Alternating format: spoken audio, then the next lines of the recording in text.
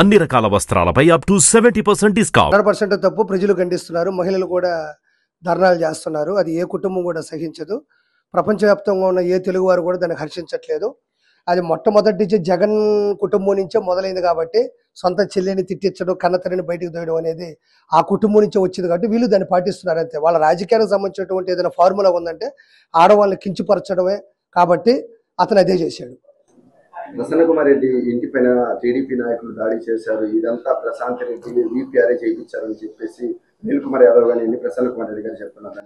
వాస్తవంగా వాళ్ళ కడుపులో మండి వాళ్ళ ద్వారా లబ్ధి పొందిన వాళ్ళు కావచ్చు, వాళ్ళ మీద విశ్వాసం ఉన్న వాళ్ళు కావచ్చు, కృతజ్ఞత కావచ్చు, వాళ్ళ మీద ఇష్టం కావచ్చు, వాళ్ళ కోపం రావడంలో తప్పే ఉంది.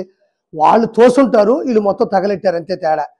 వాళ్ళ కోపంతో చేసింది 5% అయితే మిగతా చేసింది 95% వైఎస్ఆర్సీపీ వాళ్ళే, నో డౌట్ అందులో. ఇటువంటి రాజకీయాలు నెల్లూరు జిల్లాలో లేదు అని చెప్పి చెప్తున్నారు. నేను చెప్పింది కూడా అదే. ఇలాంటి రాజకీయాలు నెల్లూరు జిల్లాలో ఇంతకుముందు ఎప్పుడైనా ఉన్నాయా?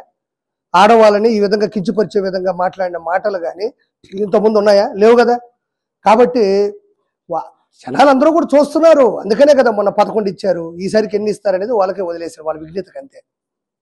అదే పండిత పుత్ర పరమసుంట అని చెప్పానుగా.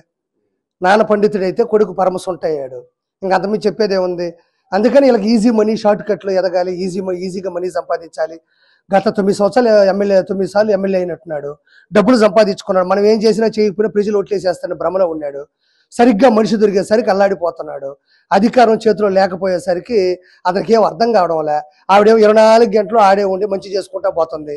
ఇంకా మన పరిస్థితి ఏందని తట్టుకోలేక పిచ్చిక్కలా మాట్లాడుతున్నాడు అంతే.